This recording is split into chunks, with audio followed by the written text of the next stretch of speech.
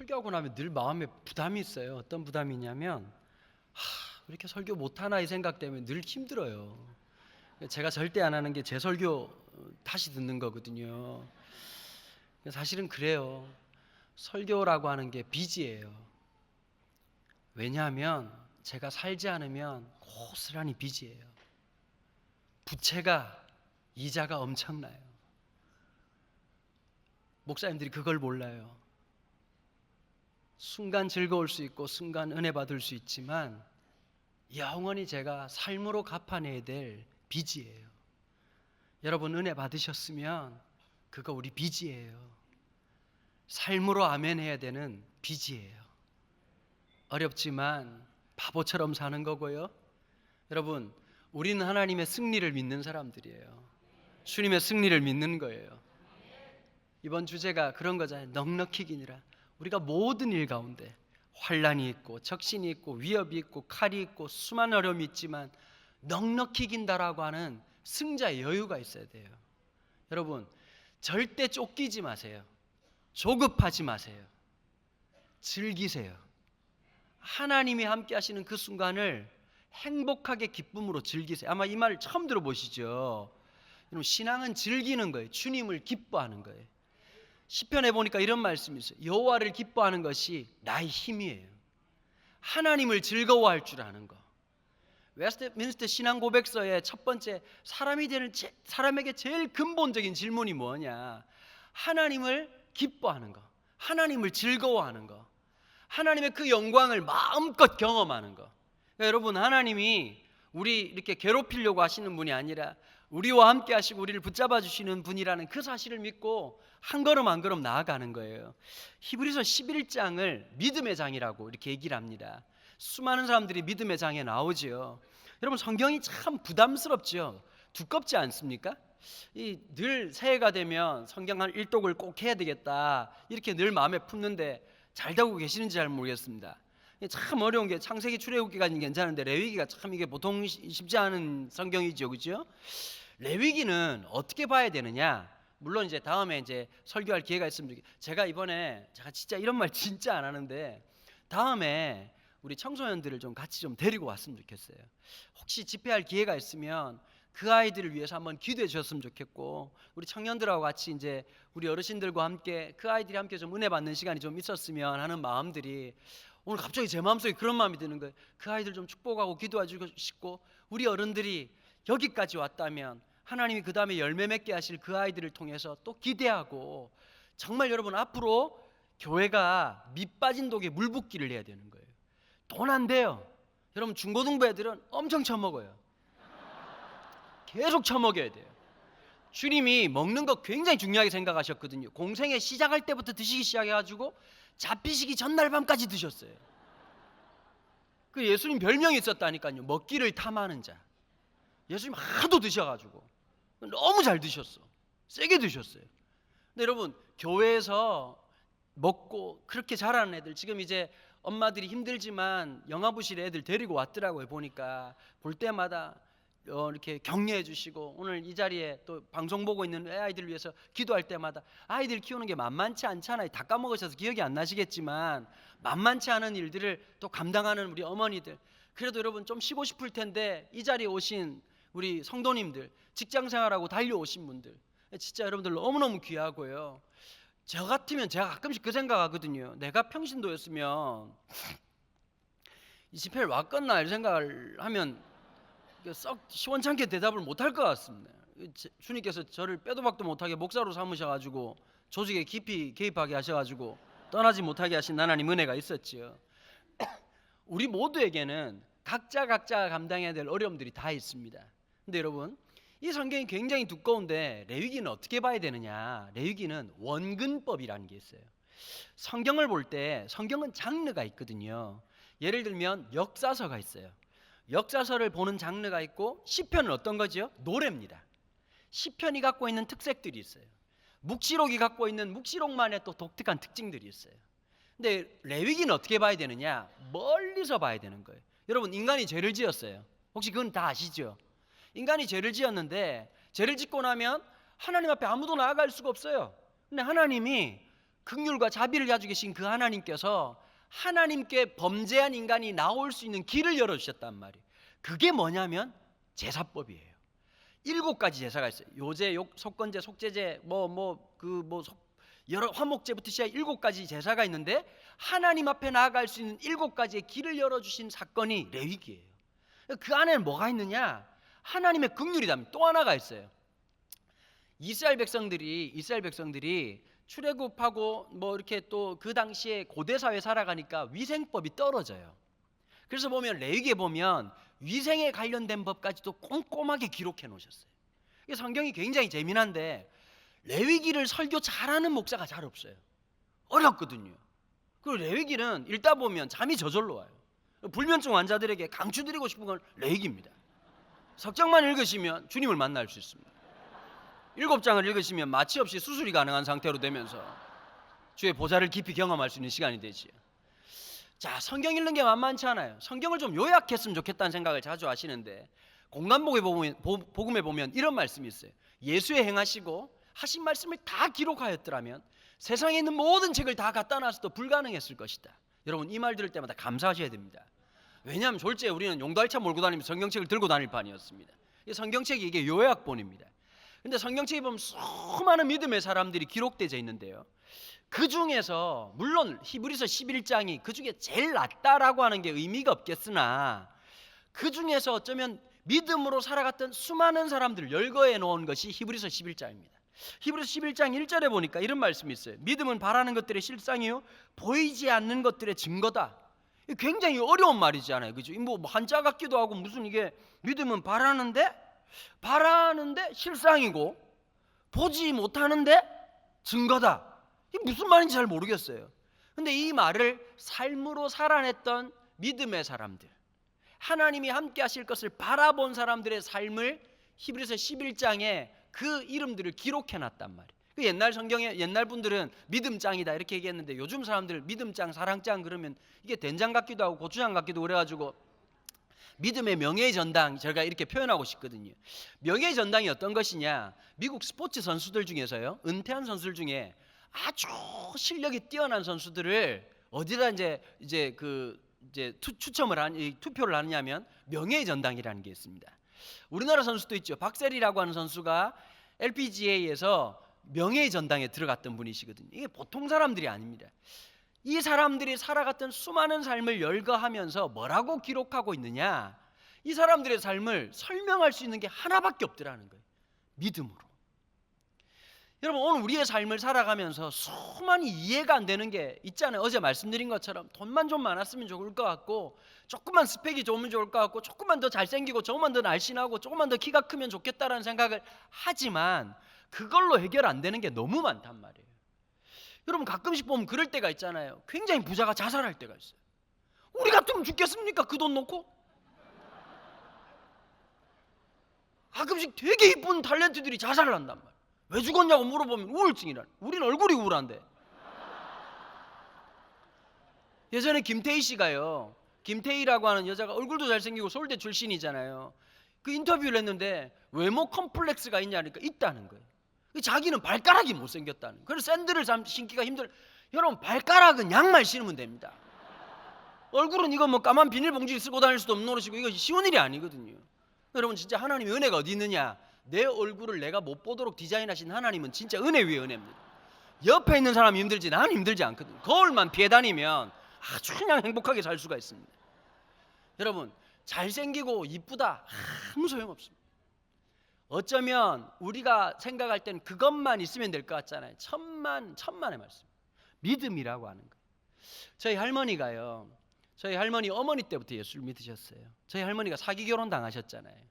저희 할아버지가 예수 믿는 줄 알고 결혼했더니 아니었단 말이에요.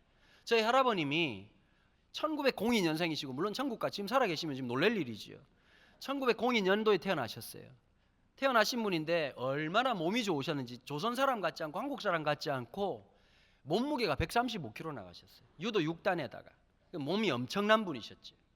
그러고 이제 할아버지 왜 그랬는지 모르겠지만 그래도 마누라는 예수를 믿었으면 좋겠다. 본인 예수를 안 믿으면서 결혼하셔가지고 이제 뭐 이렇게 얘기하면 참 집안에 참 장핀 것 같아서 참 말을 하면 안 되겠습니다만은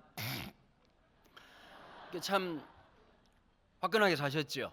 이게 또 많은 자매들을 만나시고 이렇게 이제 이거 방송되면 안 되는데 아버지가 저 죽일 수도 있어요. 왜냐면 제가 이 말을 할 수 있는 게 저희 할아버님 그 얘기를 해주셨어요 저한테.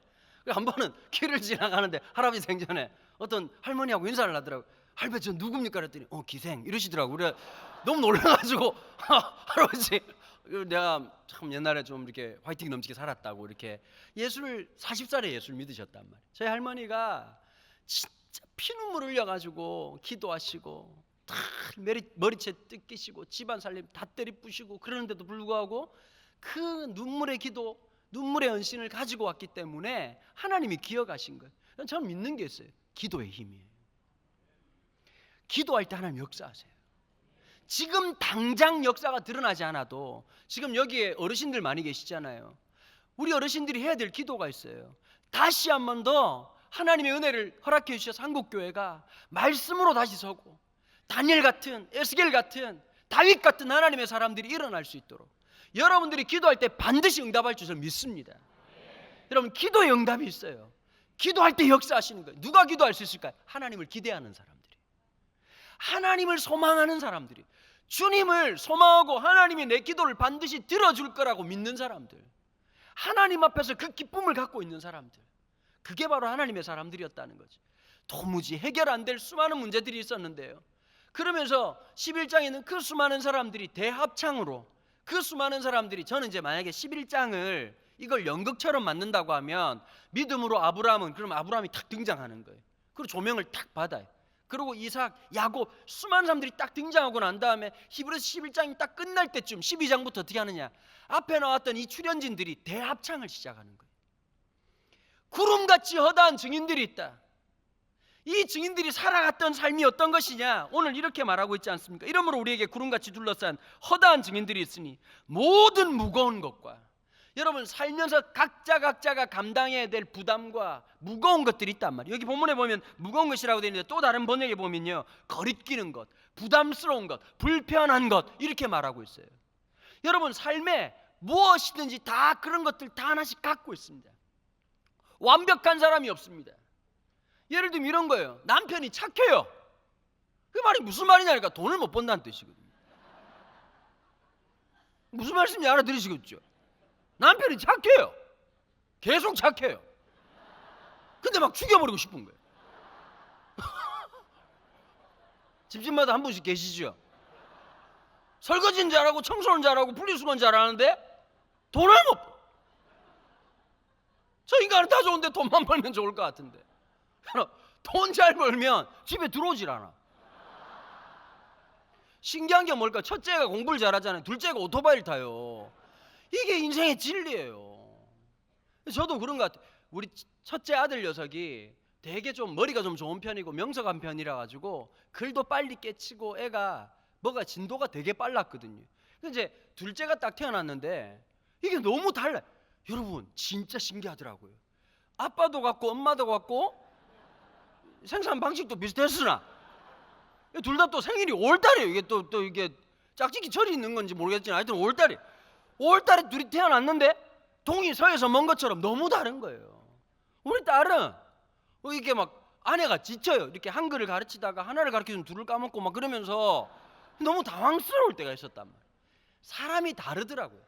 첫째는요 공부는 잘하는데 불이입하게 안 돼. 우리 딸은 인생이 늘 불이입하게야. 늘 인생을 와이파이를 켜고 사는데 늘 공부할 때마다 웃는 거예요. 갑자기 얘가 이러더라고요. 수학 문제를 풀다가 나를 불러요. 전 수학을 초등학교 5학년 때 떠나보냈거든요. 공부를 못한 게 아닙니다. 웃으실 일이에요. 공부를 못한 게 아니라 수학과 내가 맞지 않다라고 하는 철학적이고 존재론적인 그 고백을 했단 말이에요. 그래서 수학이 이제 자꾸 이제 나를 괴롭히고 이러길래 네가 할 길 가라. 자꾸 뭐 인수분해하다가 인생이 분해될 뻔하고 관심도 없는 삼각함수 자꾸 하라 그러고 인테그랄 무한대로 가고 남자나 숫자나 어디 간다 그러면 잘 가라고 얘기를 해야지 그걸 자꾸 찾으려고 하면 안 되거든요. 우리 딸이 갑자기 중학교 1학년짜리 애가 아빠 수학 문제를 풀다가 저를 불러가지고 좀 화들짝 놀랐어요. 왜? 그랬더니 이런 얘기를 하는 거야. 아빠 문제가 싸가지가 없어 이러는 거예요. 이게 또 무슨 말인가 그랬더니 야, 문제가 어려우면 어려운 거지 왜 싸가지가 없냐 그랬더니 이런 얘기하는 거예요. 초등학교 때까지는 문제가 이렇게 나와요. 풀어보아요. 찾아볼까요? 근데 갑자기 중학교 갔더니 풀어라. 사람마다 자기의 삶의 모습이 다 다르단 말이에요. 부모들 입장에서는 그렇잖아요. 요것만 좀 잘해주면 좋을 텐데, 저것만 참 잘해주면 좋을 텐데. 그게 다 그런 거예요. 제가 어떤 교회 갔습니다. 미국에 집회를 갔는데요. 미국에 집회 가가지고 진짜 작년에 미국 집회 가가지고 진짜 힘들어 죽는 줄 알았어요. 집회도 힘든데 왜 하나님 그런 교회만 나를 쳐보내시는지. 뭐 6.25 막 갑신정변 뭐 이거 막 을미 뭐 이렇게 뭐 갑자기 막 교회 싸우고 막 난리가 난 교회 집회 불러가지고 가보니까 안 그래도 시차적이 안 돼 힘들어 죽겠는데 갑자기 나를 부르시더니 부목사님이 사실 목사님 전날까지 고민을 했습니다. 뭘 고민했을까? 오지 마시라고 말하려고 할까 고민을 했다는 거예요. 그 들어보니까 이게 뭐 완전히 뭐 이게 장난이 아닌 거예요. 장로님들하고 목사님하고 지금 막 싸우고 난리가 나가지고 근데 이 집회를 하는데요. 그러니까 제가 부담이 되잖아요. 6번 설교를 하면서 사력을 다해 설교를 했어요. 나중에 하고 나니까 몸이 막 무너지고. 근데 하나님 진짜 은혜가 있었어요. 그 예배당에 사람이 안 찾아올 줄 알았는데 그 교회의 교인들은 절반 오고요. 4시간 5시간 차 타고 유튜브의 힘이 크더라고요. 사람들이 몰려 들어와가지고 예배를 드리는데 나중엔 자리가 없어가지고 성가대석에 사람들 다 앉고 강대상 위에 사람들 앉아가지고 예배를 함께 드렸단 말이에요. 참 하나님 은혜가 있었어요. 그러고 있다가 이제 그 애틀랜타에서 집회 마치고 난 다음에 LA 쪽으로 왔는데 한 교회가 1년 동안 한 교회가요 담임 목사가 없는 겁니다. 담임 목사를 못 뽑는 거예요. 왜냐 이 교회가 LA 쪽에서도 이제 오렌지 카운티 이제 얼바인이라는 동네인데 굉장히 잘 사는 동네거든요. 예배당이 장난이 아니에요. 피아노가 스타인웨이라고 이제 독일제 피아노인데 한 대 막 한 7억씩 8억씩 하는 집집마다 한 대씩 있잖아요. 뭐 그렇게 놀라세요?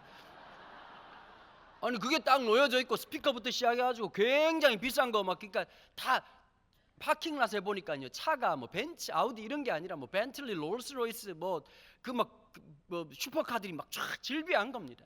설교를 하러 왔는데 이제 설교를 하는데 그 얘기를 하는 거예요. 담임 목사를 1년째 못 구한다는 거예요. 왜 못 구하는지 알겠더라고요.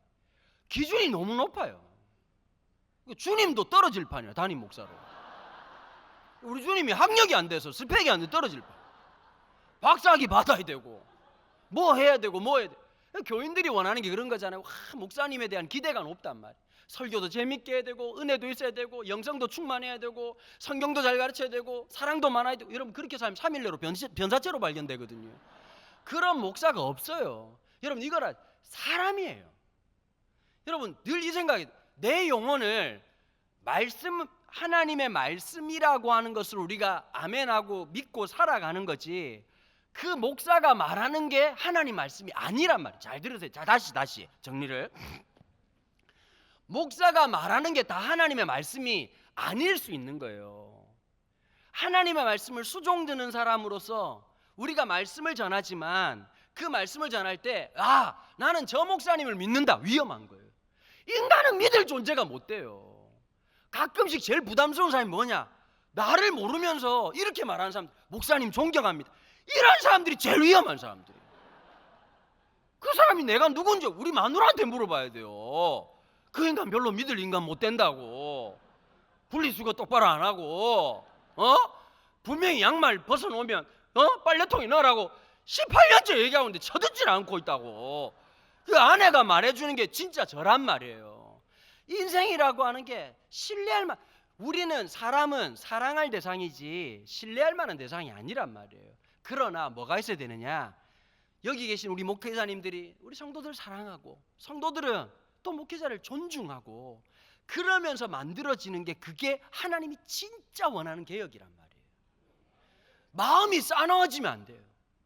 여러분 마음이 싸나워지고 열받아가지고 분노가 우리를 이끄는 에너지가 되면 그건 실패하는 거예요. 끝까지 사랑으로 땅 끝까지 그 마음을 잃어버리면 안 되는 거예요.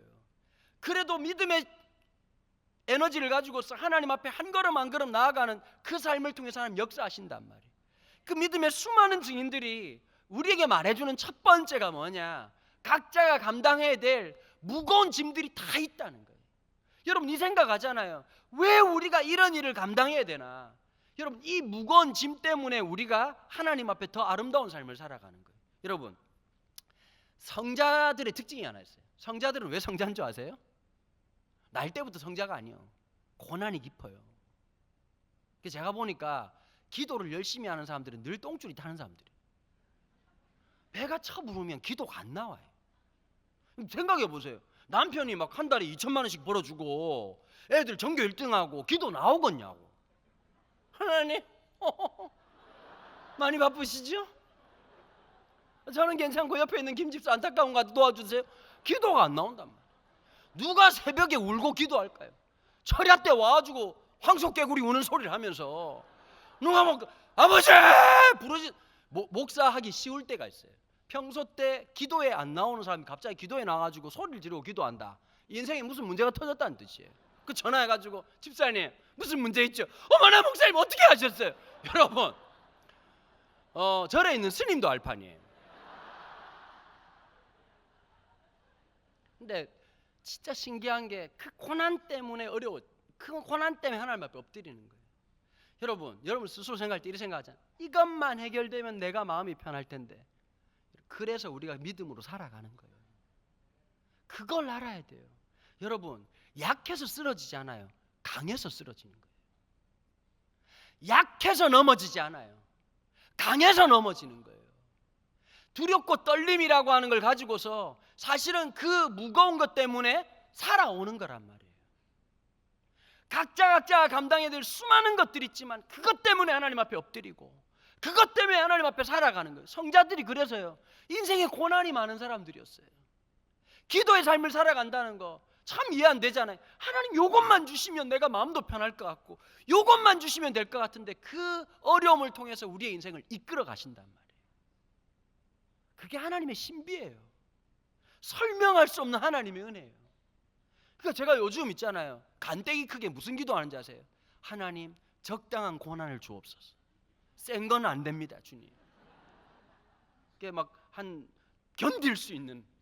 여러분, 목회자들이 어디서 넘어진지 아세요? 젊을 때는 괜찮아요. 인기가 생기고 돈이 생기고 권력이 생기면 그때 견딜 수 있는 사람들이 별로 없어요. 그때 하나님 앞에 또 엎드리고 그때 쉬다 보니까 삶의 무게들이, 어려움들이 계속 찾아오는 겁니다. 저는 참 이해가 안 됐던 게 하나 있었거든요. 저희 아버님이 진짜 기도를 열심히 하는 목사님이세요. 개척을 하시면서 16년 동안 강대상에서 잠을 주무신 분이 늘 기도하시고 그런데 설교 준비도 얼마나 열심히 하는지 몰라요. 이거 방송이 안 돼야 되는데. 근데 놀라운 게 설교가 재미가 없어요.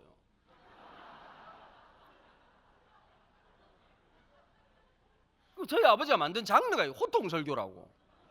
똑바로 앉아! 하나님 말씀 들을 때 자세가 해가지고 첫째로 하나님을 사랑해야 되는 것입니다. 이렇게 하고 2시간 설교를 하셨단 말이에요. 그때 제가 결단을 설교 듣는 것보다 하는 게 낫겠다 이 생각을 그때 했습니다. 근데 참 신기한 게요, 저희 아버님이 설교를 달병가는 아니셨어요. 작년에 참 신기한 일이 있었습니다. 한 교회에서 저를 부흥회로 불렀는데 그 부흥회 한 달 전에 저희 아버님을 불러서 집회를 한 거예요. 그러니까 저희 아버지가 또 정직한 목사예요. 우리 아버지가 한번 저희 교회 와주십시오. 저는 그런 사람이 아닙니다. 저는 집회 이런 거 하는 사람이 아닌데요. 그랬더니 강은도 목사님 아버님이 어떤 분인지 유튜브를 들었나 봐. 하도 아버지 까는 얘기를 많이 하니까 도대체 아버지가 어떤 분인가 해가지고 불러가지고 그래가지고 아버지 기분이 좋으신 거예요. 내가 네 덕에 집회를 가게 생겼다. 그래서 제가 신경이 쓰이잖아요. 아버님 기차표 끊어드리고 갔다 오시고 난 다음에 제가 물었어요. 그날 저녁에 아버지 오늘 집회 어땠습니까? 그러니까 죽을 한 냄비를 끓였다. 완전 죽을 써서 나올 때 그 교회 장로 얼굴을 못 쳐다보겠더라. 저희 아버님이 정직하세요. 참 순진한 분이세요. 그런데 참 신기한 게요, 개척교회를 하면서 한 번도 돈 문제에 대해서 자유로운 적이 없었어요. 저희 어머니 기도가 아이들 하나님 밥 안 굶기게 해주십시오. 그게 기도 제목이었거든요. 근데 신기하죠. 생긴 거 보니까 강남에 집이 몇 채 있을 것 같이 생기지 않았습니까? 잘 처먹었습니다. 그래도 저희 어머니가 그 기도하고 어머니가 해줄 수 있는 게 없으니까 어머니의 기도가 눈물이 돼가지고 하나님 우리 아이 만남을 축복해달라. 목회하느라고 뭐 애들 챙길 시간도 없고 가족 여행 한번 갈 시간이 없고 외식 한번 할 시간이 없고 돈도 없은 그 상황인데도 참 하나님의 은혜로 붙잡아 주시고 참 그 기도를 하나님께서 응답하셨다는 생각이 들어요. 다 감당해야 될 어려움이 있거든요. 근데 진짜 감사한 게 이런 거예요. 저는 가난하게 자랐는데 가난한 줄 모르고 자랐어요. 왜냐? 거의 제가 살았던 동네가 거의 사회주의야. 온 인민이 가난해. 제가 부산 전포동 출신이 여기 똑같은 이 동네 알지 않습니까? 여러분 우리가 다 알지 않습니까? 이 동네가 6차선 대로가 나 있지만 시외버스가 다니지 않는 신비의 세상. 서울 어디에 가도 볼 수 없는 놀라운 기적에 이 동네가 또 다 철공사하고 이렇게 해가지고 쇳가루가 날아다니고 하늘이 그때부터 미세먼지가 있었던 유일한 곳. 까만 연탄재가 날아다니면서 전포동이라는 동네가 별명이 전두환이 포기한 동네. 이렇게 진짜 가난한 동네 사람들이 살았단 말이에요. 근데 제가 지나보고 나니까요 그게 행복이었던 것 같아요. 집집마다 가난했지만 가난한 줄 모르고 자라고. 사람한테 제일 큰 축복이 어떤 건지 아세요? 제가 보니까요 공부 잘하는 것도 복이고 잘생긴 것도 복이고 다른 거 다 복이지만 진짜 인생의 복이 고난이 오지만 그걸 극복할 수 있는 힘. 좌절이 오지만 그냥 하루아침 또 자다가 딱 일어나면 할렐루야 이러고 아멘 이러고 또 이제 또 갈 줄 아는 거. 그게 좋은. 제가 저희 부모님한테 물려받은 좋은 유산이라면 믿음과 또 하나 뭐냐? 멘탈인 것 같아요. 하나님 함께 하시겠지 뭐. 어차피 뭐 어쩌겠노 뭘 사는 거지 뭐. 아이씨 모르겠다. 저는 철칙이 하나 있습니다. 30분 고민해라. 그래도 답이 없으면 그건 하나님이 하신다. 거의 미신적 신앙이 있어요. 그런 신앙이. 여러분 진짜 신기한 게요. 골 싸질머지고 고민해가지고 안 되는 문제가 있어요. 그 하나님 역사하셔야 되거든요. 내가 인생길을 어떻게 열겠습니까? 가끔씩 목사로 살 때 제일 당황스러울 때가 언제냐니까. 우리는 목사님만 믿습니다. 나는 나를 안 믿고 있는데 사람들이 자꾸 나를 믿는다. 굉장히 부담스러운 상황이에요. 주 예수를 믿으라. 그리하면 너와 내 집이 구원을. 나를 믿으면 망합니다. 이단이 되는 겁니다. 저는 교주가 되길 원치 않습니다. 주님의 백성이 되길 원합니다. 여러분 굉장히 각자가 감당해야 될 무거운 짐이 있어요. 개혁을 준비하고 하시면서 감당의 앞부분에 보니까 여러분 진짜 이게 신비한 일이거든요. 이거 완전 뭐 이거 김정일이 사는 동네도 아니고 철문이 그렇게 두꺼울 필요 없고 그 철갈 돈이 있었으면 우리 교회 인테리어를 했을 텐데 그 엿이라도 바꿔보면 얼마나 그 엿을 많이 줬겠습니까? 전 인민을 엿을 입에다 엿먹이고 할 수 있는 그런 좋은 찬스였는데 참 어쩌면 근데 이런 거예요. 제가 놀란 게 보통 이 정도 되면 내면의 상처 트라우마 때문에 전부 다 우울증 걸리고 그래가지고 막 전부 다 이래야 되는데 이렇게 웃는다는 게 참 신기하고 제가 굉장히 잘하고 있다는 생각이 듭니다. 각자 감당해야 될 게 있어요. 여러분 하나님 나라 다큐로 살지 말고 하나님 나라 예능으로 사셔야 돼요. 즐거워하면서 기뻐하면서 가야 되는 거예요. 인상 쓰지 말고 여러분 하나님이 주시는 그 힘으로 즐거워하는 거예요. 여러분 재밌잖아요. 저 좁은 부엌에서 1200명 밥 먹는 거 주님도 못 해본 거예요. 재밌잖아요. 우리 권사님들 밥 해가지고 또 주면서 좁은 데 먹고 그런데 여기서 아이씨 식당이 왜 이래 이런 사람 아무도 없단 말이에요. 빨리 처먹고 또 비켜주고 아주 또 오고 또 지키고 앉았고 또 밥 먹고 서로 이 메커니즘이 기가 막히거든요. 공수조화가 아름다운 거의 국가대표급이에요. 즐기세요. 감사하게 살아가세요. 한순간 한순간 살아가면서 자꾸 여러분 내 안에 있는 것들을 잘못됐나 잘됐나 좋은 걸 하나님 말씀 좋은 말씀 들으면 내 안에 정화가 일어나는 거예요. 여러분 위패를 찾는 사람 가짜 돈 찾는 사람들은요 가짜 돈을 공부하지 않아요. 진짜 돈을 공부하는 거예요. 하나님 말씀을 제대로 들으면 우리를 씻어 맑힌대요. 내 안에 있던 잘못된 것들을 씻어 맑히는 거예요. 날마다 말씀의 지배를 받아야 돼요. 날마다 말씀 앞에 살아갈 때 그 무거운 짐이라는 게 어느 순간 뭐로 보이기 시작할까요? 하나님 은혜로 보이는 거예요. 다윗 같은 경우에 다윗은 참 진짜 인생이 참 기구한 사람 중에 한 명이 다윗이거든요. 왜냐하면 어느 날 사무엘 아저씨가 찾아와가지고 머리다 기름 붓고 인생 꼬인 이야기란 말이에요. 그게 사무엘상이거든요. 다윗이 주님 제가 왕이 되고 싶습니다. 주님 보시다시피 대가리가 큽니다. 왕관만 씌우면 왕입니다. 주님 왕이 되게 하옵소서 전하, 이렇게 하지 않았단 말이에요. 어느 날 사무엘 아저씨 찾아와가지고 머리에 기름 붓고는 아버지도 놀랐단 말이에요. 위로 형님이 7명이요. 성경에 보면 첫 번째 아들이 엘리압이라고 잘생기기를 교회에서 볼 수 없는 그런 외모였어. 너무 잘생겼어. 눈썹이 얼마나 진한지 나 잡아봐라 그러면 못 찾을 것 같고, 눈은 또 레마노스처럼 맑고 총명하고, 코는 뭐 에베레스트 산 정상을 찌를 것 같고, 입술은 냉두 같은 데다가 기가 막히게 또 맑은 육처럼 데피니션이 쫙 갈라져가지고 너무 멋있으니까 우리 사무엘 형님이 그 당시에 기도 제일 많이 하신 분이었잖아요. 이분이 이 말 하신 때문에 참 목사가 부담스럽거든요. 기도를 열심히 해라, 이 정도 하시면 될 텐데 기도 쉬는 죄를 범치 아니하리라. 늘 마음에 부담이 돼. 좀 쉬어야 돼요. 기도도 가끔 쉬어야 되는데 이 어른이 그 말하는 바람에 굉장히 부담스러웠는데, 영빨이 그렇게 뛰어나셨던 사무엘이 엘리압을 보자마자 기름을 딱 부으려고 하는데 하나님 뭐라고 말씀하시? 내가 이미 그를 버렸노라. 애들식으로 말하면 쓰레기다, 이렇게 말을 하셨단 말이에요. 여러분 가만 생각해 보세요. 그러면서 명언이 나오죠. 어떤 말씀을 하나님께서? 사람은 외모로 치하나 나 여호와는 중심을 보신다. 여러분 교회에서 좀 이상한 말을 많이 쓰거든요.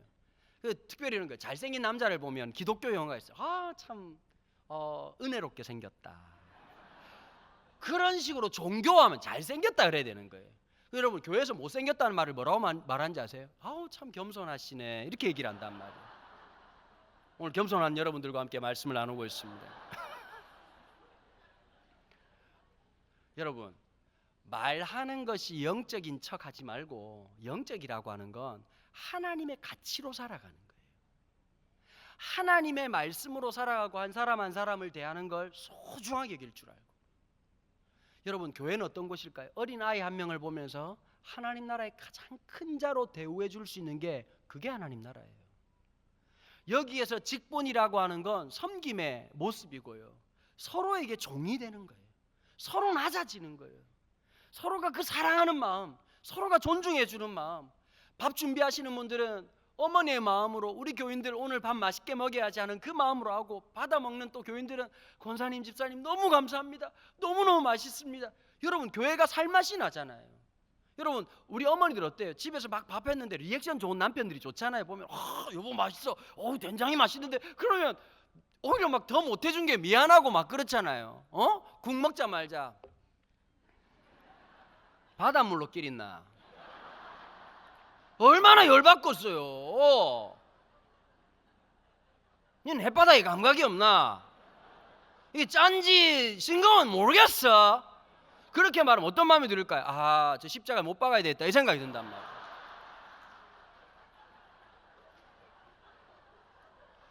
서로가 힘들수록 행복하게 살 줄 알아야 돼요. 서로가 힘들수록 즐거워할 줄 알아요. 우리 가족들이 같이 모이면 재밌는 게 하나 있습니다. 우리 친가들 같이 모이면 제 여동생이 하나 있는데, 여동생도 굉장히 고난이 많거든요. 많은데 막 찔찔 짜고 이러지 않아요. 오히려 그걸 유머로 승화시키는 거예요. 근데 사실 짠하긴 하지만 그러는 거예요. 내 동생하고 얘기하면서 어차피 사는 거 힘든데 이야기라도 재밌게 하고, 그렇게 해야 또 살 힘이 생기는 거지. 오빠야 나는 한 번씩 열받으면 그냥 잔다, 잘한다, 잘했다. 여러분 그게 필요한 거예요. 하나님 붙잡아 주시겠지라고 하는 믿음 가지고 좀 살아가는 그것이 있어야 되는 거예요. 늘 앉아가지고 앉아나서는 나는 왜 내 팔자는 왜 이럴까 이러면 주님도 싫어하신단 말이에요. 여기 오셨다는 것 자체가 인생에 다 문제가 있다는 뜻 아니겠어요? 문제 없는 사람이 여기 왜 오냐고. 집에 앉아있지. 어딘가에 문제가 있고 어딘가 힘들고 어딘가 하나님 은혜가 아니면 안 된다는 걸 깨닫고 있으니까. 여러분 영혼의 사인을 느끼는 사람들이 있거든요. 차에도 마찬가지잖아요. 기름이 떨어지면 불이 들어와요. 그러면 빨리 주유소 들어가야 되는데 불이 들어왔네, 불 들어왔네, 우짜지 그걸 뭐라고 말하냐니까 바보라고 얘기하는 거란 말이에요. 저 맞아야 돼요. 불이 들어오면 하나님 은혜가 필요한 걸 알고 가면 되는 거예요. 염려할 문제가 아니에요. 하나님 앞에 아뢰는 거예요. 여러분 기도도 멋있게 하세요. 저는 가끔씩 어떻게 기도하냐면 좀 열받을 때가 있거든요. 하나님이 집회 보내시면 은혜를 주시든지, 아니 제가 목사 되겠다 헌신한 것도 아니고 옆구리 찔러가지고 저를 부르신 거 아닙니까? 그럼 누가 책임져야 됩니까?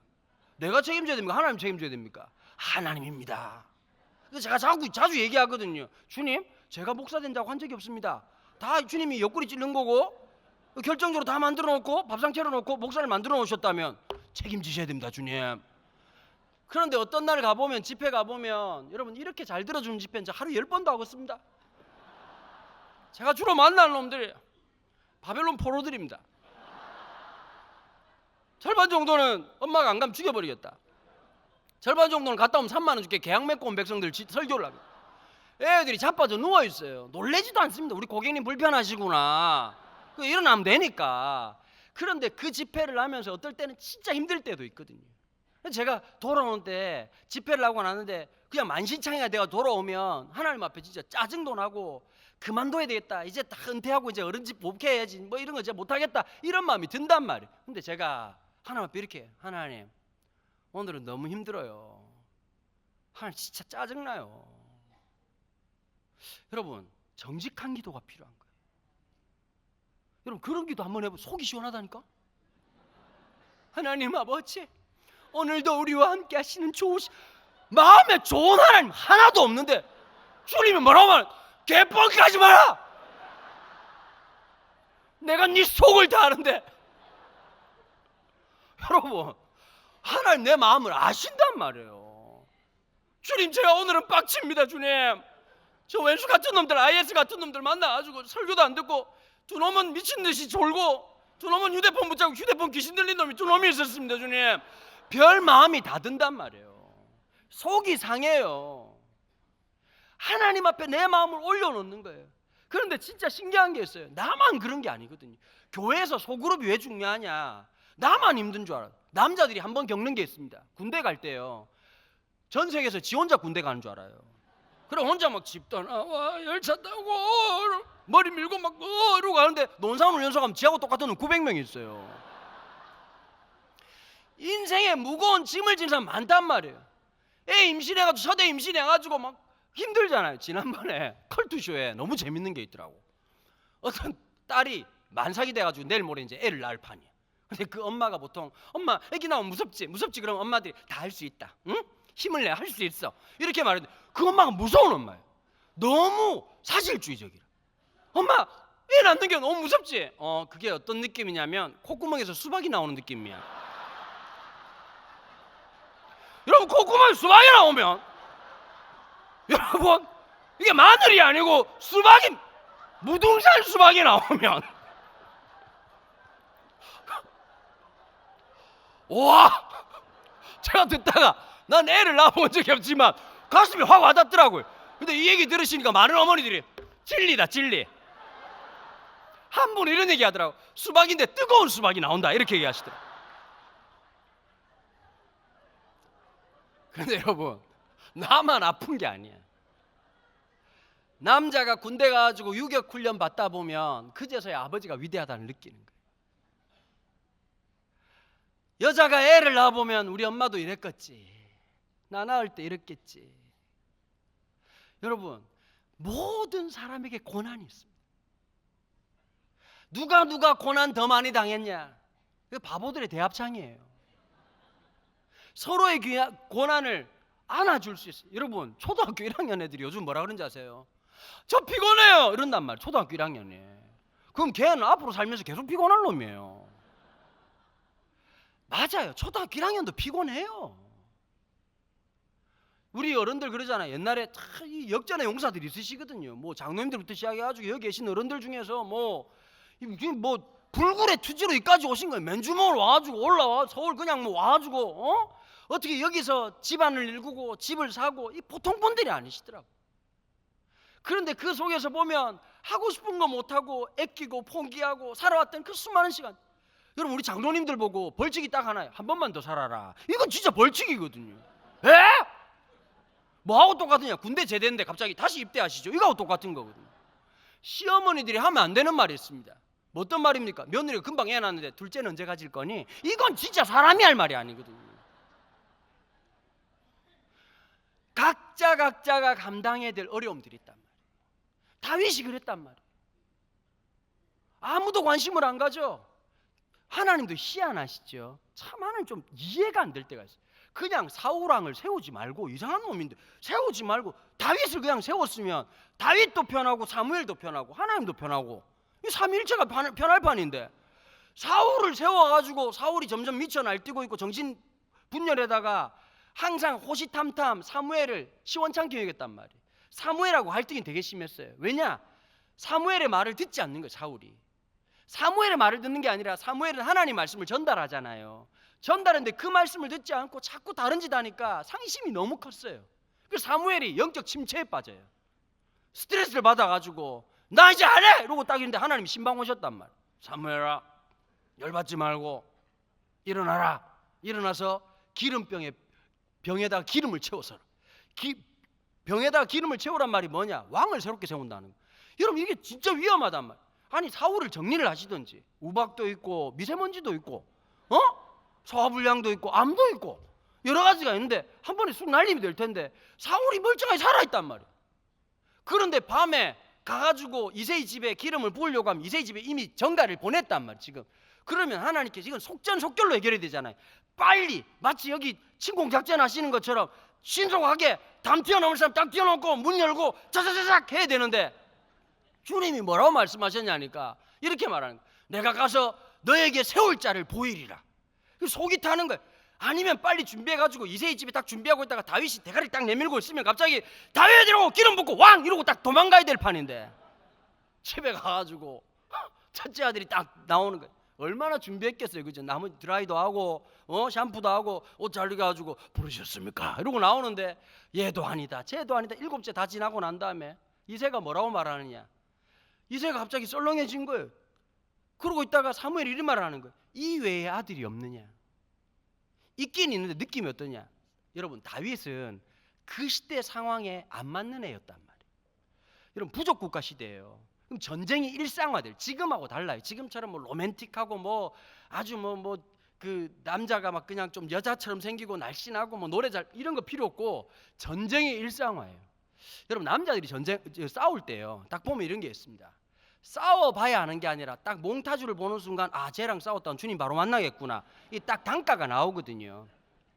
그러니까 일단 남자가 이게 우락부락해야 되고, 전쟁이라고 하는 건 무자비해야 돼요.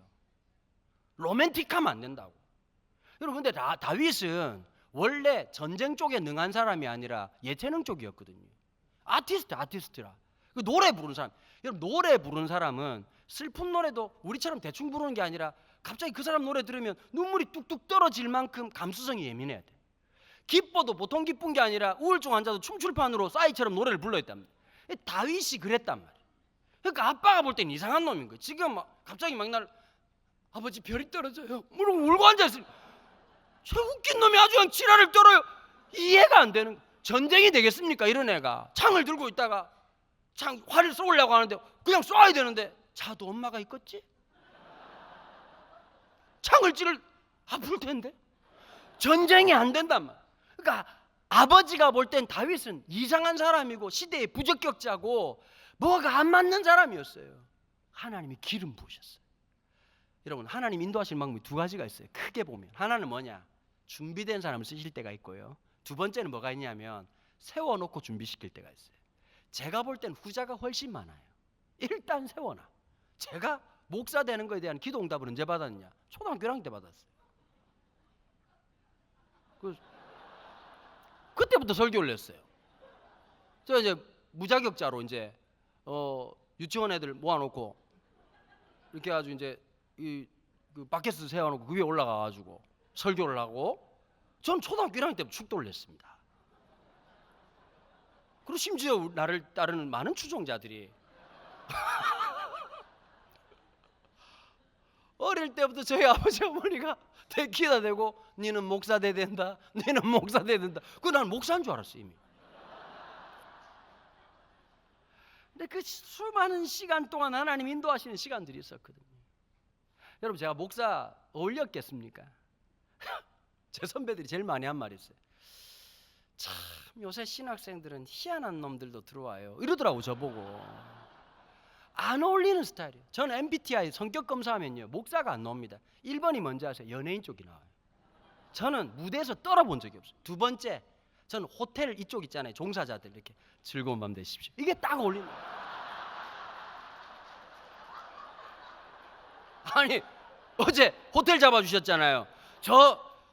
사람들이 많이 부르더라고요. 보니까 자꾸 도와달라고. 백화점 가면 이거 얼마냐고 자꾸 나한테 물어봐요.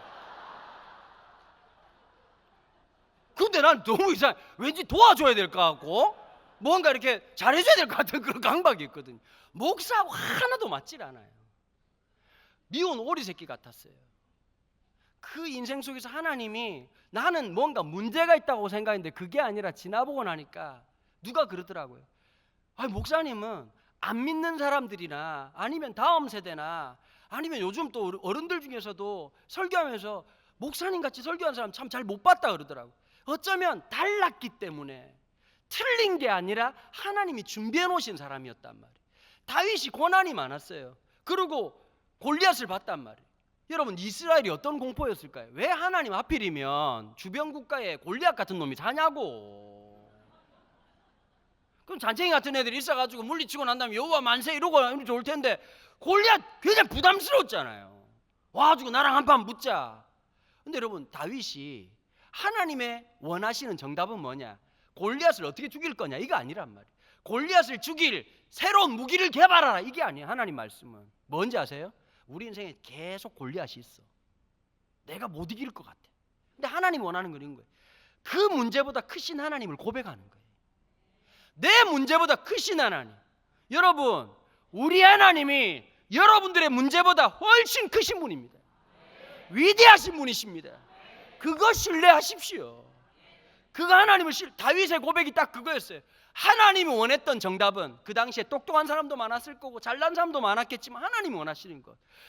저가 누구이간데 이방인이 어찌하여 여호와를 비방하며 하나님의 군대를 조롱하는고 저자의 목을 자르면 왕은 어찌할 것인가. 15밖에 안 됐던 소년이 그 벌판에서 외치는 그 소리 하나님의 마음을 울렸던 소리였단 말이에요.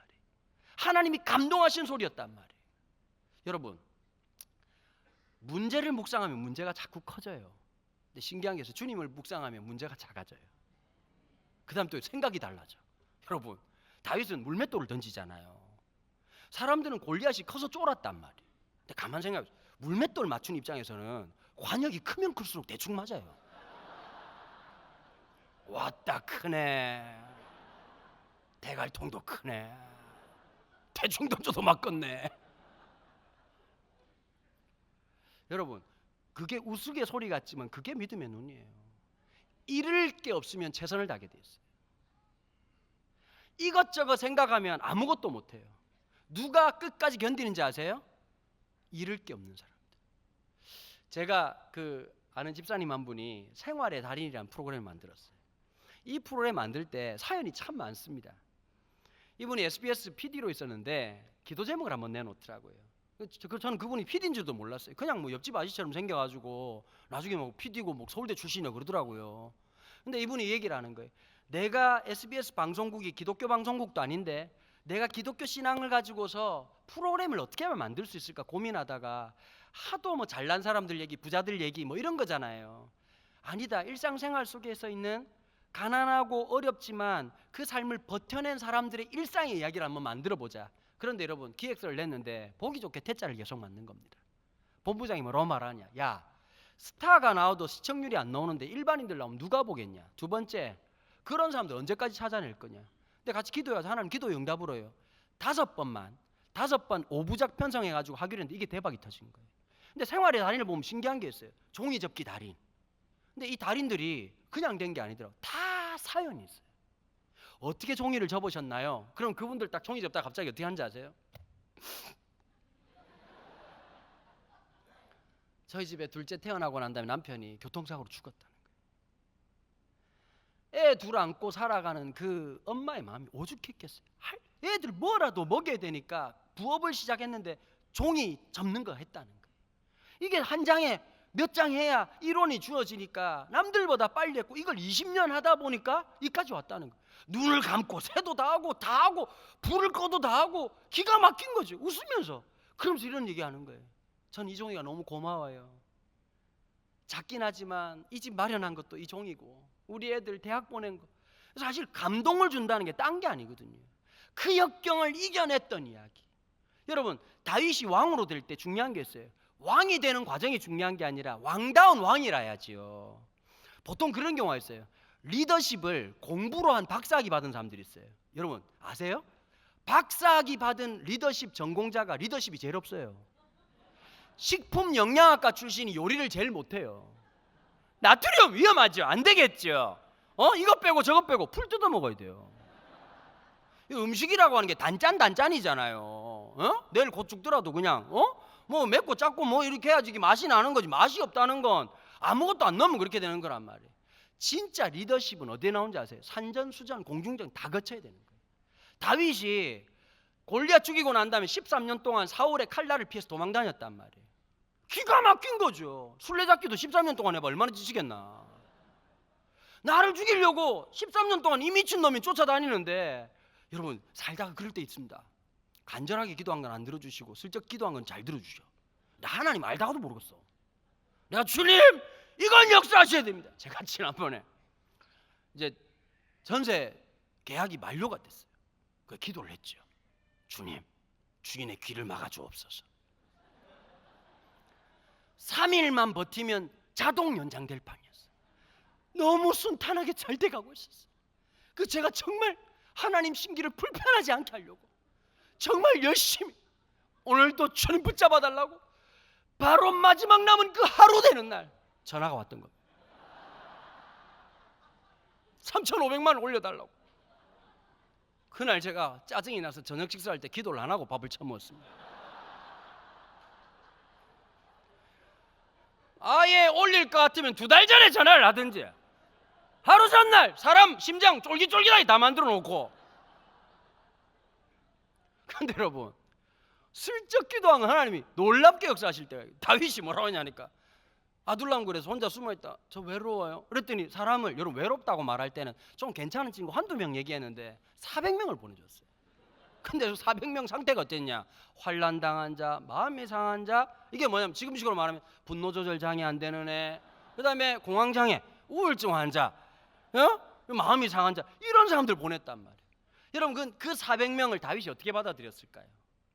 이상한 사람이라고 받아들인 게 아니라 하나님이 보내준 사람으로 받아들인 거예요.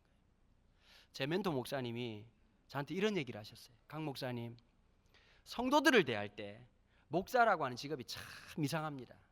자동으로 사람을 칙 보면 스캔을 하는 게 있어요. 딱 보면 알거든요.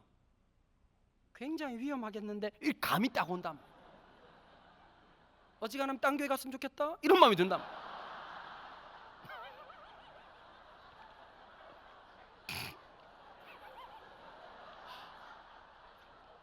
근데 딱 보면 있잖아요. 보면 그냥 선한 사마리아인이요. 그냥 딱 오면 막 어서 오세요 우리 고객님, 우리 같이 함께 하나님 나라를 만들어 보아요. 이렇게 마음이 생긴단 말이에요. 사람 마음이 그래요. 근데 제 멘토 목사님 그 얘기를 하셨어요. 강 목사님 그 마음 들 때마다 이 생각을 해라. 하나님이 보내주셨다. 하나님이 보내주셨다. 여러분 저한테 제일 중요한 게 있어요. 사람은 될 만한데 빨대 꽂아요.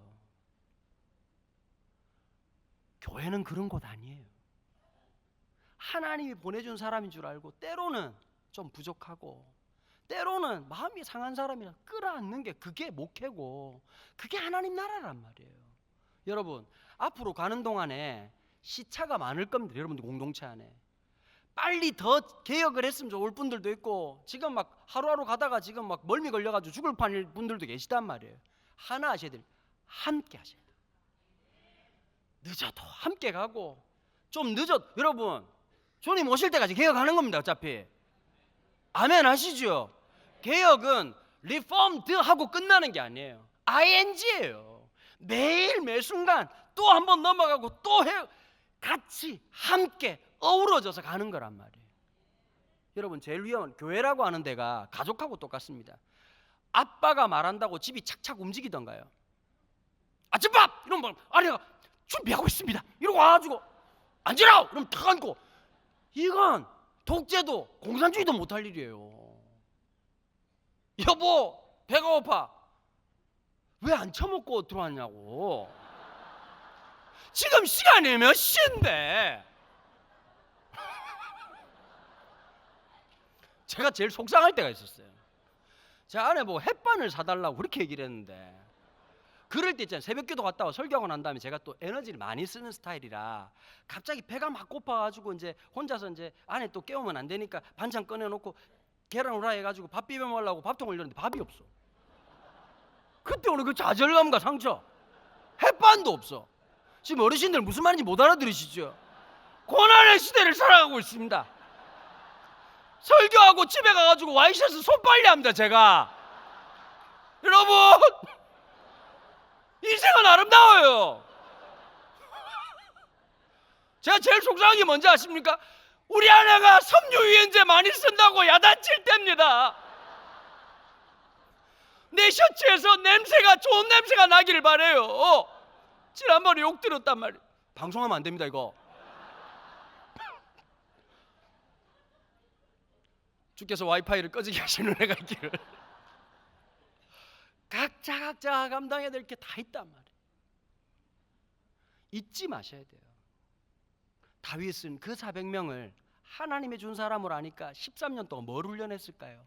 사람의 마음을 감동시키고 함께 가는 연습을 한 거예요.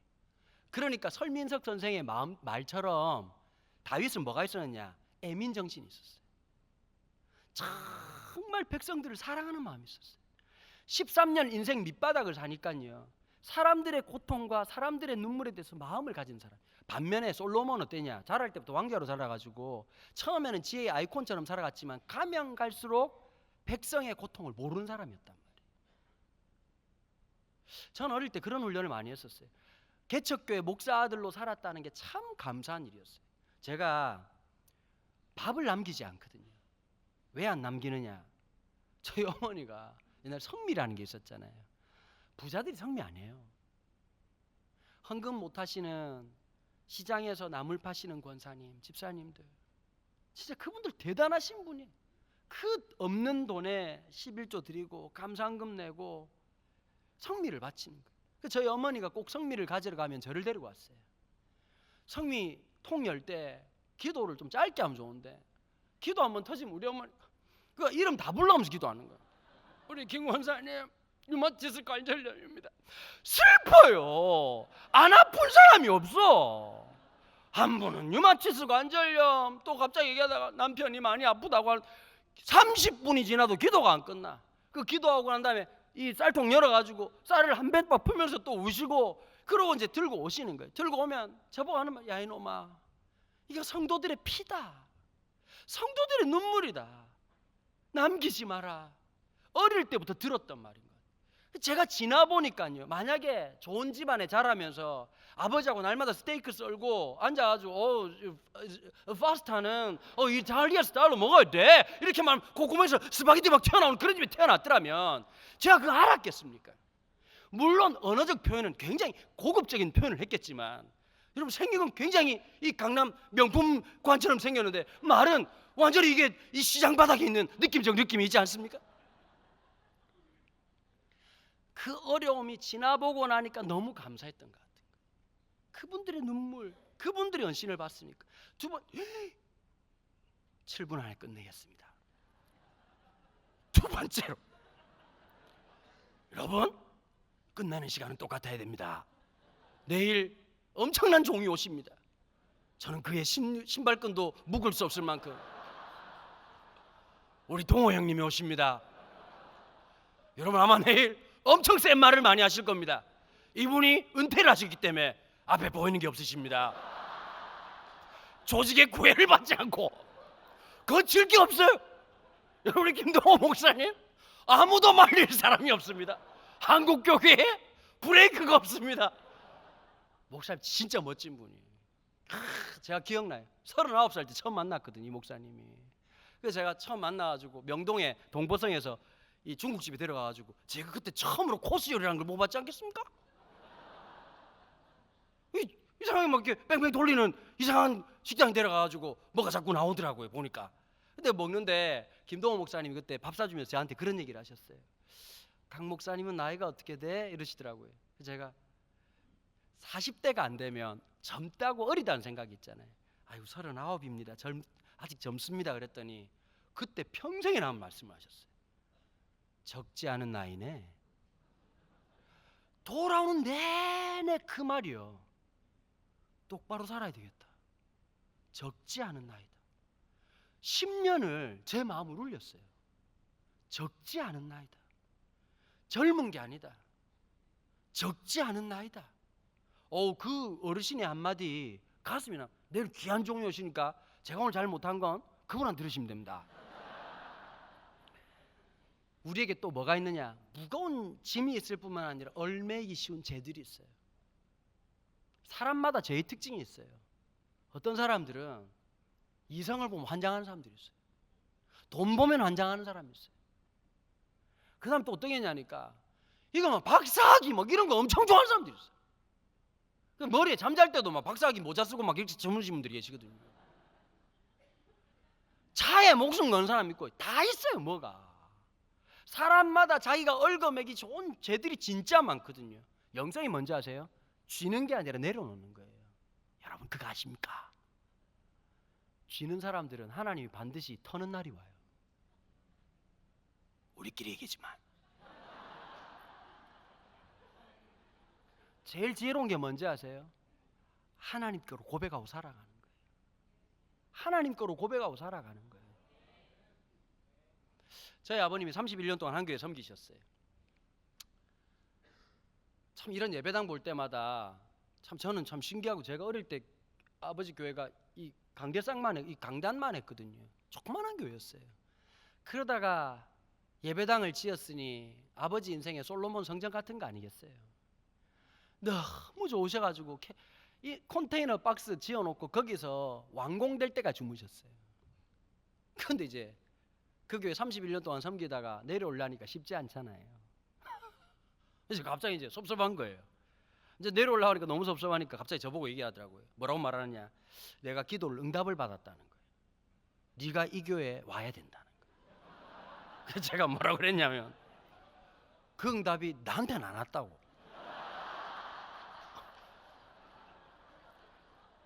하나님이 수신처를 잘못 잡으신 것 같다고. 나한테 와야지. 아버지한테 왜 갑니까? 아버지 내려오실 때고. 3년을 싸웠어요. 3년을. 명동에서 대첩이 시작됐어요. 아버지가 뭐라, 이놈의 새끼, 싸가지 없는 새끼, 네 아버지가 기도를 하는 사람인 거 몰라! 이러고 싸웠다. 명동 한복판에서. 그래서 제가 그날 그랬어요. 아버지 보고. 제가 그날 성경을 묵상하는데 이 말씀이 있더라고요. 하나님이 심판하시리라. 하나님이 상관하신다. 이 말씀이 나오더라고요. 이게 뭐냐면 하나님 살피신다는 뜻이거든요. 아버지가 섬기시던 교회 이름이 섬기는 교회예요. 섬기는 교회가 하나님의 겁니까? 아버지 겁니까? 아버지 가만히 있더라고. 그 하나님 거지. 그러면 우리가 아버지와 제가 이 교회가 하나님의 것이라는 걸 증명해야 됩니다. 그 아버지가 가만히 계시더라고요. 하나님이 그거 보실 겁니다. 그러고 마음 딱 다녀 마시고 후임 목사님을 다른 분을 모셨어요. 근데 진짜 중요한 게 하나 있더라고요. 바보 같지요? 1000년이고 만년이고 누리고 싶은 게 인간의 욕심이에요. 여러분 영성의 끝이 뭔지 아세요? 내려오는 거예요. 잘 내려와야 돼요. 우리나라 목사님들 올라가는 건 잘하셨는데 다 번지 점프예요. 문제가 뭐냐? 번지 점프인데 끈이 없어요. 아름답게 끝내시는 분이 없어. 진짜 멋있게, 와, 믿음의 삶이 저런 거구나, 진짜 하나님의 사람답다, 이런 어른들이 좀 많아져야 되는데 잘했다가 막판에 아주 그냥 뭐라 말을 못하겠네요. 여러분 그게 진짜 하나님 기뻐하시는 거거든요. 하나님 앞에 그 마음을 가져야 되는 거예요.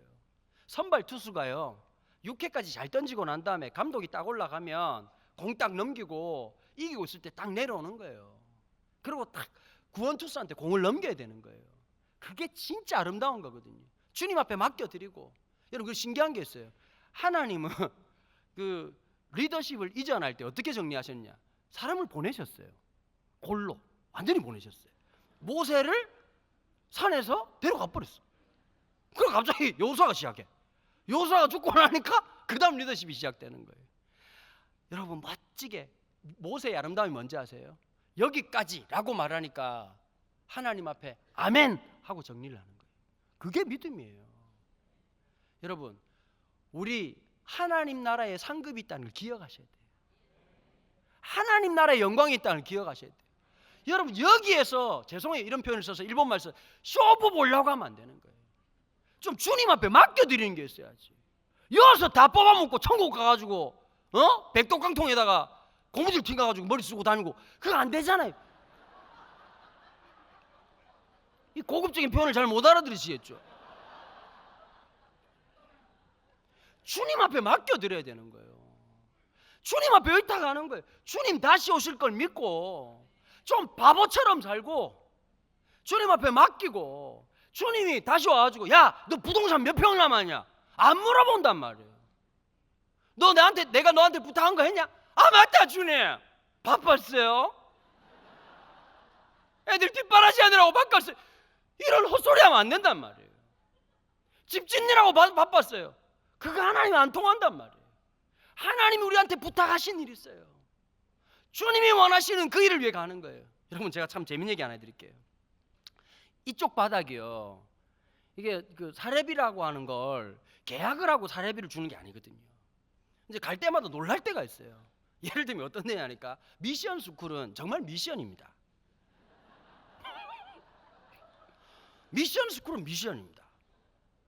창원에 갔는데 차비가 15만 원 들었어요. 사례비를 10만 원을 줍니다. 여러분 봉투를 묵상해요. 아닐 거야 아닐 거야.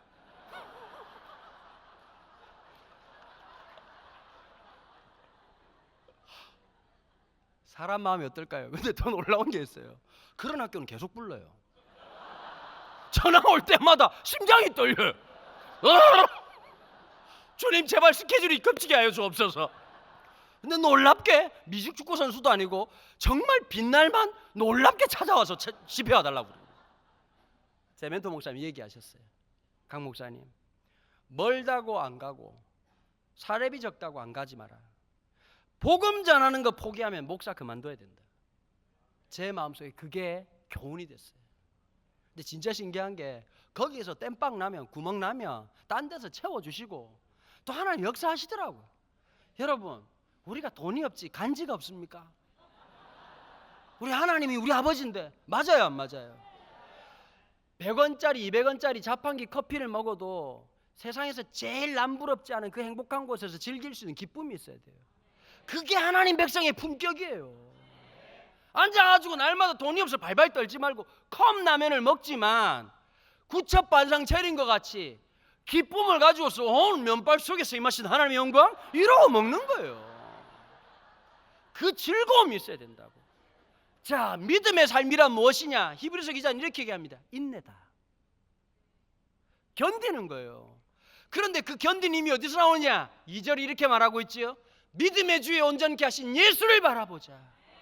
주님 바라볼 때 뭘 주신다고요? 인내할 수 있는 힘을 주시는 거예요. 주님 바라볼 때 소망을 주시는 거예요.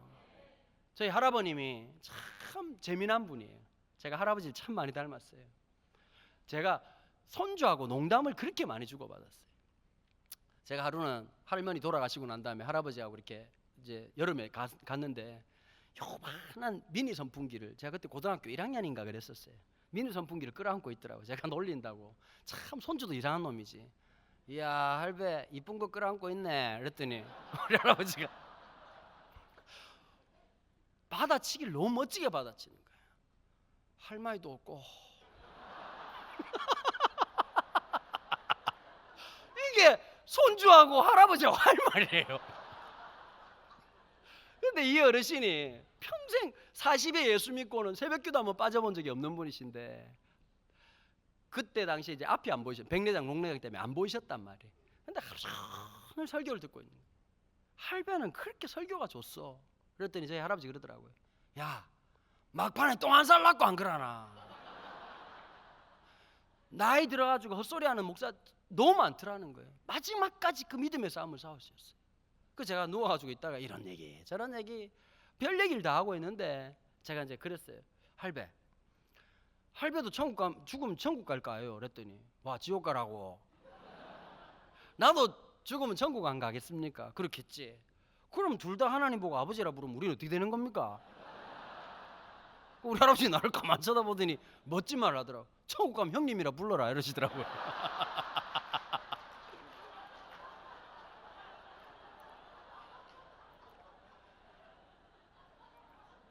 저는 이게 하나님 백성의 품격이라고 생각해요. 멋지잖아요. 고난에 찌들어 있는 사람들이 아니라 하늘의 영광을 바라보는 사람. 하나님 나라의 그 영광을 바라보고 오늘을 살아가는 사람들. 좌절이 오고 어려움이 오고 갈등이 오지만 믿음의 주에 온전케 하신 주님을 바라볼 때 주시는 기쁨, 그 감격, 그 환희가 있을 줄로 믿습니다. 여러분 우리 대단한 사람들입니다. 사람이 죽어도 노래 부르는 희한한 사람들입니다. 이상한 사람들입니다. 맞아요 안 맞아요? 사람이 자빠졌는데 노래를 부르고 앉았어요. 장로님이 대표기도를 이렇게 감사하신 아버지 하나님 사람이 죽었는데 왜 그럴까요? 여기가 끝이 아니라는 걸 알고 있기 때문에. 우리 하나님 나라 영광을 맛볼 거예요. 잊지 마십시오. 이 땅에서 수고와 근심과 염려가 있으나 사방이 우겨싸움을 당하지만 우겨싸 죽는 자가 아니라 하늘의 영광을 바라보는 사람들, 하나님의 기쁨을 바라보는 사람들. 여러분 사도 바울이 얘기를 하지요. 이번에 주제처럼 로마서 8장에서 이런 말씀을 합니다. 35절 누가 우리를 그리스도의 사랑에서 끊으리요? 환난이나 공고나 박해나 기근이나 적신이나 위협이나 칼이나. 그러나 이 모든 일에 우리를 사랑하시는 이로 말미암아 우리가 넉넉히 이기느니라. 아멘. 여러분 우리 넉넉히 이길 겁니다. 하늘의 기쁨을 가지고서 분노가 아니라 상처가 아니라 주님의 기쁨으로 승리하는 여러분 되기를 주님의 이름으로 축원합니다. 이 시간 다 같이 한번 기도하십시다. 하나님 그 기쁨으로 살아가게 도와주옵소서. 주님을 바라볼 때 인내할 수 있는 힘 주시고 찬송하면서 함께 갈 수 있도록 도와주시옵소서. 하나 되는 공동체 되게 도와주시고 말씀으로 다시 새롭게 되는 공동체 되게 하여 주시옵소서. 우리 주여라고 한번 부르짖고 통성으로 기도하며 나갑니다.